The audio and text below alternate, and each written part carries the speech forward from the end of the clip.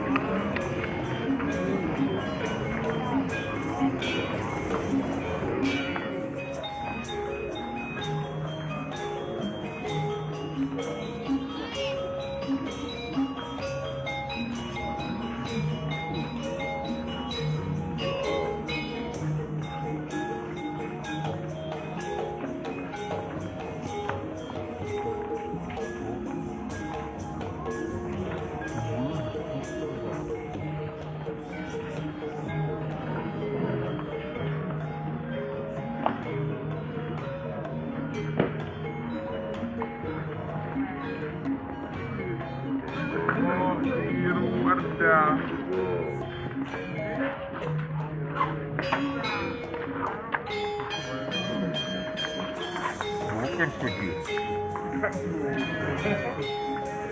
Pojok itu mondo. Tengah pojok.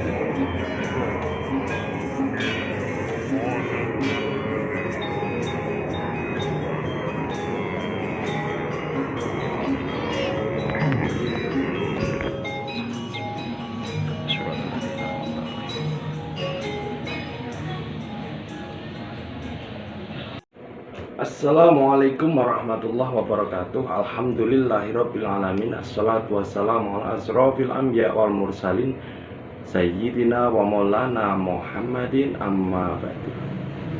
Kepada sahabat-sahabat subscriber dimanapun kalian berada, alhamdulillahirabbil alamin. Kesempatan kali ini saya mau bercerita tentang Kanjeng Sunan Ampel, di mana Kanjeng Sunan Ampel ini adalah salah satu dari Wali Songo. Tapi sebelumnya kita sholawatan dulu seperti biasa. Allahumma sholli wa sallim wa barik alaihi wa ala alihi. Allahumma sholli ala sayyidina Muhammad wa syafili dhalimin bi dhalimin. Allahumma sholli ala sayyidina Muhammad wa asyghili dhalimin bi dhalimin wa arijna min bainihim salimin wa ala alihi wa sahbihi ajma'in. Alhamdulillahirrahmanirrahim. Sahabat semuanya, semoga panjenengan diberi kesehatan, masih diberi kesehatan, keselarasan, diberi jalan jika panjenengan masih punya masalah. Dan untuk panjenengan semuanya, semoga masih diberi wawasan-wawasan yang luas oleh Allah Subhanahu wa taala, kecintaan ke Allah Subhanahu wa taala dan baginda Nabi Muhammad sallallahu alaihi wasallam. Alhamdulillah sahabat, ini nggak pakai pelangkon ini karena pelangkonnya ketinggalan waktu kemarin ke Surabaya. Terus ini udah melenceng juga, tapi nggak apa-apa. Baik sahabat yang dirahmati Allah Subhanahu wa taala, kita akan bercerita tentang Kanjeng Sunan Ampel, dimana Kanjeng Sunan Ampel ini adalah atau bernama Raden Rahmat. Jadi Kanjeng Sunan Ampel ini bernama Raden Rahmat. Beliau adalah putra dari Kanjeng Sunan Gresik. Beliau juga anggota Wali Songo yang pertama kali menyebarkan agama Islam di Nuswantara ini. Jadi kenapa Kanjeng Sunan Ampel ini dinamakan Kanjeng Sunan Ampel, bukan terkenalnya Kanjeng Sunan Rahmat? Itu karena Kanjeng Sunan Ampel ini berdakwahnya berada di daerah Ampel Denta, Surabaya. Dan Masya Allah sekarang ramainya Masya Allah. Kanjeng Sunan Ampel ini atau Raden Rahmat adalah keturunan dari Syekh Maulana Malik Ibrahim atau Kanjeng Sunan Gresik. Nama Ampel sendiri itu diambil di daerah Ampel Denta atau daerah Surabaya ya. Dan Masya Allah itu yang ziarah waktu itu saya ke sana itu banyak sekali, sampai berjubel sahabat, karena memang Kanjeng Sunan Ampel ini dakwahnya begitu mengena di hati masyarakat, kecintaan masyarakat juga begitu besar terhadap Raden Rahmat atau Kanjeng Sunan Ampel. Nah ini sahabat, jadi pendakwah zaman dulu atau di era Wali Songo, memang beliau-beliau mengajarkan persaudaraan, mengajarkan kecintaan, mengajarkan kasih sayang, di mana beliau-beliau mengajarkan bagaimana caranya agar penduduk itu bisa masuk Islam dari hatinya, bukan tanpa paksaan dan bukan dimusuhi. Jadi ajaran Kanjeng Sunan Ampel ini adalah moh limo, atau istilahnya kalau sekarang terkenalnya moh limo. Tapi moh limonya Kanjeng Sunan Ampel ini adalah, satu adalah moh main, yang kedua artinya tidak berjudi, dan moh ngombe, yang artinya tidak mabuk, dan moh maling, artinya tidak mencuri, dan moh madat, artinya tidak menghisap candu atau obat-obatan. Yang kelima adalah moh medok atau moh madon atau bermain wanita atau istilahnya zina. Kanjeng Sunan Ampel juga disebut sebagai bapak para wali, di mana keturunan dari Kanjeng Sunan Ampel ini menurunkan beberapa wali-wali masyhur. Jadi kebanyakan dari wali songo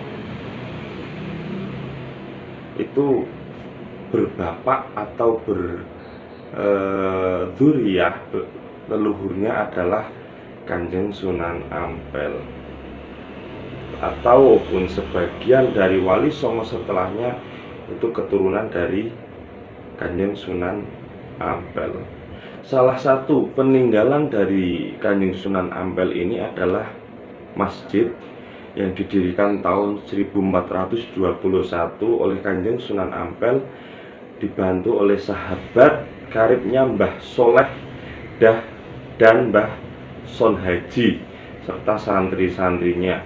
Masjid dibangun di atas sebidang tanah seluas 120 kali 180 meter persegi di Desa Ampel, sekarang Kelurahan Ampel, Kecamatan Semampir, Surabaya, atau sekitar 2 km ke arah timur Jembatan Merah. Jadi Kanjeng Sunan Ampel ini masih ada peninggalannya, yaitu sebuah masjid ya, yang masjid ini didirikan bersama sahabatnya Mbah Soleh dan Mbah Son Haji. Nah, menarik sahabat tentang Mbah Son Haji ini.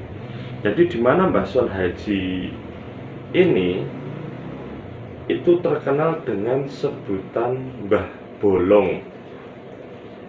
Jadi di mana pada waktu mendirikan Masjid Sunan Ampel ini ada sedikit perdebatan. Jadi memang biasalah perdebatan itu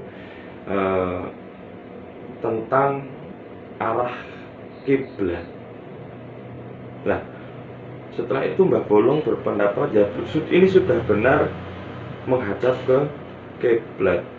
Masih ada perdebatan lagi sampai suatu ketika mungkin saking gedingnya Mbah Bolong ini atau Mbah Son Haji, pengimaman itu dibolong sama Mbah Son Haji.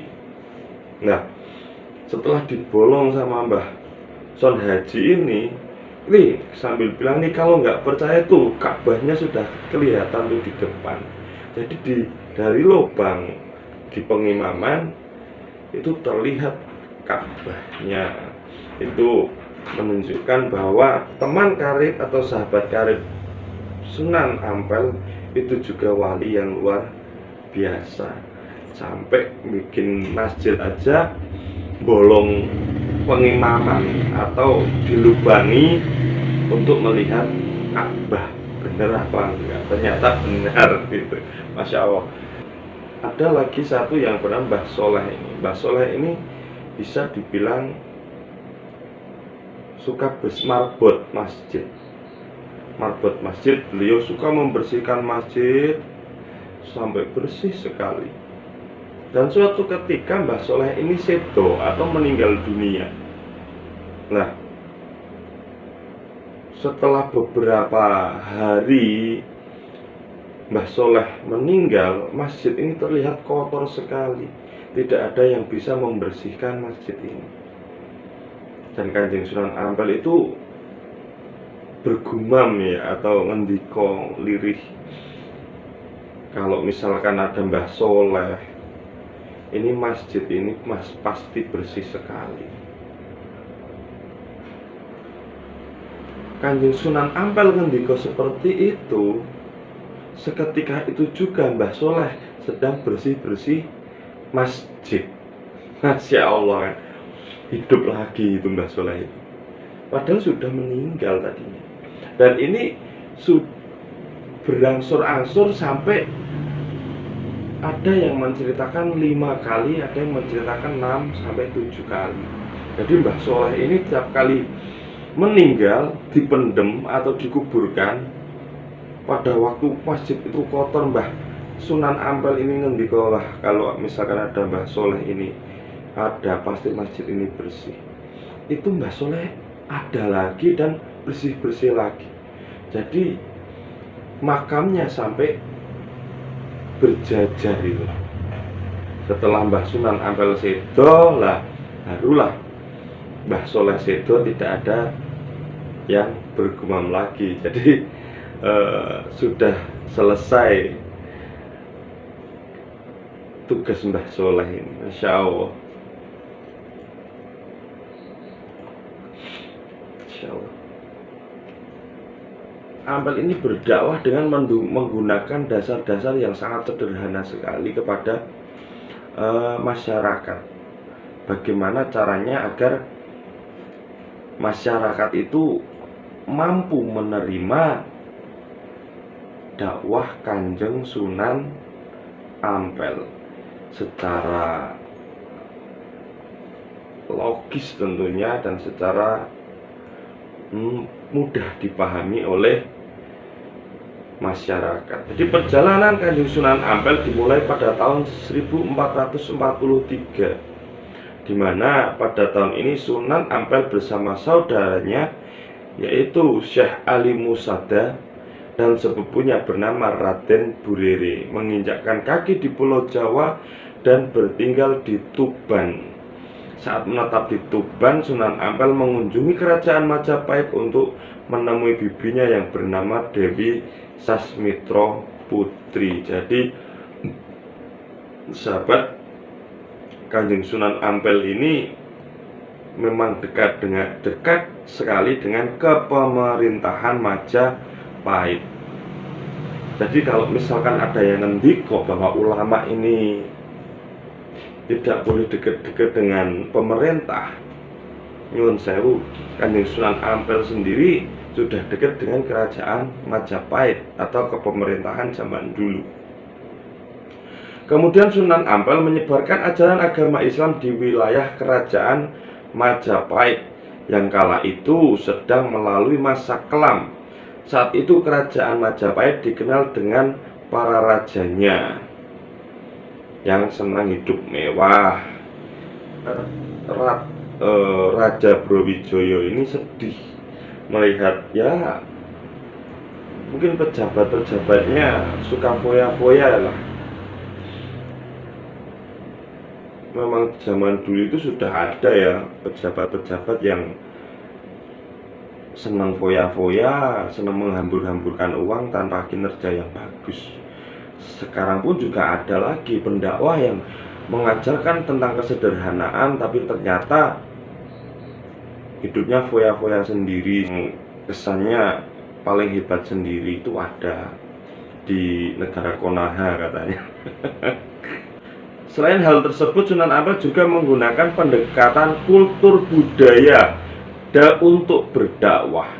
Hal ini dilakukan dengan cara menyesuaikan diri, menyerap, bersikap pragmatis, dan menempuh cara yang berangsur-angsur. Sunan Ampel juga mengembangkan pendidikan pesantren. Sistem pendidikan Islam yang dipakai oleh Sunan Ampel di pesantren mengikuti pendidikan biara dan asrama yang digunakan oleh pendeta dan biksu waktu itu. Ini perlu dicatat oleh kita semua. Saat berdakwah, strategi yang dilakukan oleh Sunan Ampel adalah mengubah nama Sungai Brantas yang menuju ke Surabaya dengan nama Kali Emas. Nama pelabuhan juga turut diganti dengan nama Tanjung Perak dari awalnya Jelonggo Manik. Penggunaan nama emas dan perak inilah yang membuat banyak orang berbondong-bondong mencari emas dan perak dan datang ke Surabaya.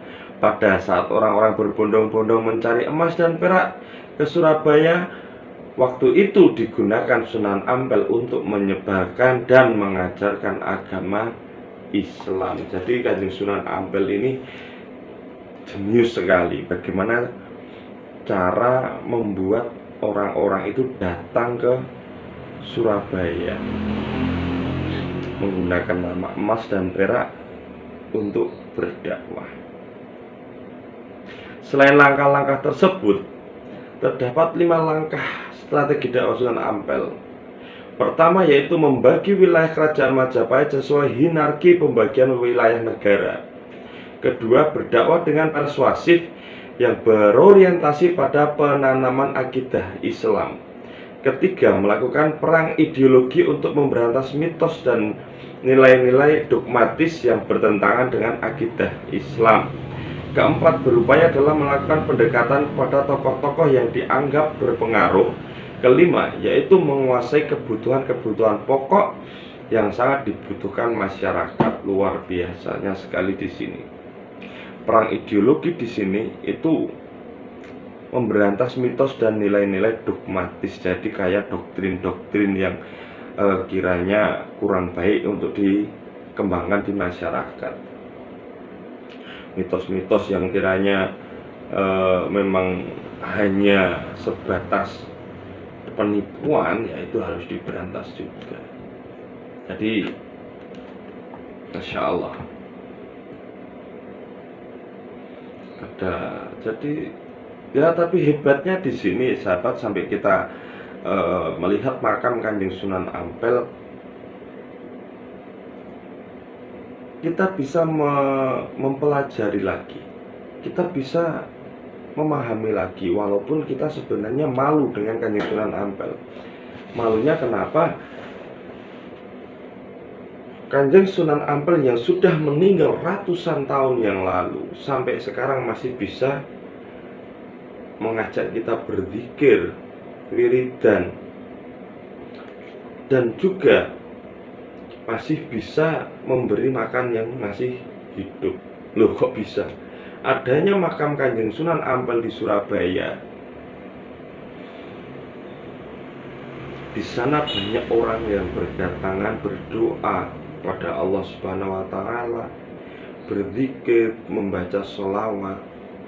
Luar biasa sekali, sampai meninggal masih bisa mengajak zikir, bersolawat, dan lain sebagainya, memberi makan bagi orang-orang yang masih hidup.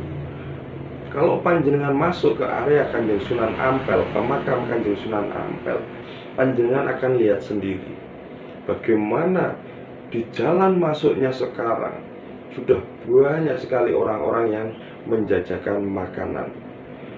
Sampai sarung juga ada, kopiah, kupluk, blangkon, itu ada semuanya. Orang yang markirkan dapat rezeki, yang jualan dapat rezeki. Malunya kita itu di situ. Sampai sekarang Kanjeng Sunan Ampel yang sudah meninggal ratusan tahun masih bisa memberi jalan mendapatkan rezeki. Masya Allah, masih bisa mengajarkan tentang perbedaan. Di situ ada tahlilan lama, ada yang tahlilannya cepat, ada yang sholawatan, nggak ada yang tarung, nggak ada yang saling bertengkar. Zaman sekarang beda sedikit aja bertengkar, malu kita. Udah ngalim sedikit udah minteri, ada lagi malah sampai merasa diri paling baik. Itulah, jika panjenengan ingin seperti Kanjeng Sunan Ampel, paling nggak tirulah sedikit santun dalam berdakwah, pahami budaya-budaya, karena turunan Kanjeng Sunan Ampel juga masih banyak di Indonesia Nusantara. Sedikit sahabat tentang Kanjeng Sunan Ampel, semoga bermanfaat untuk panjenengan semuanya. Banyak kata salah mohon maaf karena saya juga masih belajar. Saya cukupi Allahumma fiqil a'wami thariq. Wassalamualaikum warahmatullahi wabarakatuh.